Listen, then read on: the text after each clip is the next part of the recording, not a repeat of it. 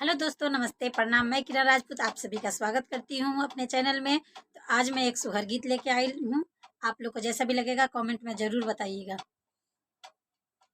आंगना में खारी भैली नदिया सूरज गोरा लागेली सूरज गोरा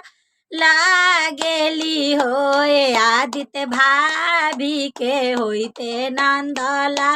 अलो कांगनवा हमें बधैया ले तो कांगनवा हमें बधैया ले तो एक घड़ी बीतले दूसरे घड़ी अवरु तीसरे घड़ी अवरु तीसरे घड़ी हो किया रे सुकावा उगत होड़िला जन में महलिया उठे सो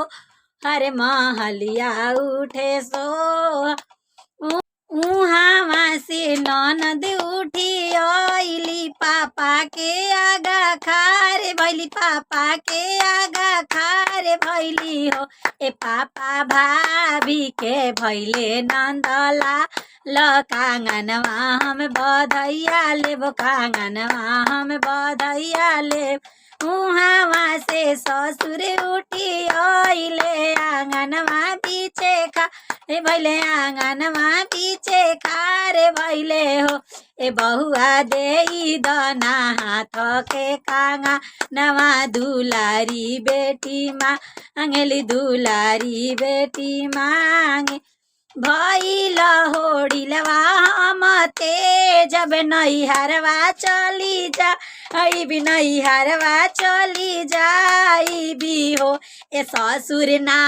दे हम हाथ के कांगा नवा हमरो पापा दिल कांगा नवा हमरो पापा दिल उहाँ से ननद उठी गईली भैया के आगा खा रे भैली भैया के आगा खा रे भैली हो ए भैया भाभी के भैले नंदला ल कांगनवा हम बधैया लेबो कांगनवा हम बध ए भैया भाभी के भैले नंदला ल कांगनवा हम बधैया लेब उहाँ से भैया उठी आइले आंगनवा बीचे खारे भैले आंगनवा बीच खारे भैले हो ए धनिया देई दना हाथ के कांगा नवा दुलारी बहिना मांगेली दुलारी बहिना मांगे भैल होड़िलवा हमते जब नैहरवा चली जा आई भी नैहरवा चली जाई भी हो ए प्रभु ना दे हम हाथ के कांगा नवा हमरो भैया दिल कांगा नवा हमरो भैया ए प्रभु ना दे हम हाथ के कांगा नवा हमरो भैया दे चुप हो का बहिना पटोड़वे लोड़ा पो पटोड़वे लोड़ा पो छहु हो ए बहिना करबो में दोसरो बिया हो कांगनवा तोहे बधैया देबो कांगनवा तोहे बध ए बहिना करबो में दोसरो बिया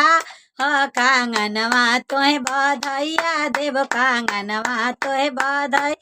आता ना बचन भाभी सुनेली सुनहु ना पावेली सुनहु ना पावेली हो किया रे हाथ में से काढ़ेली कांगा नवा आंगनवा बीचे फेंकली आंगनवा बीचे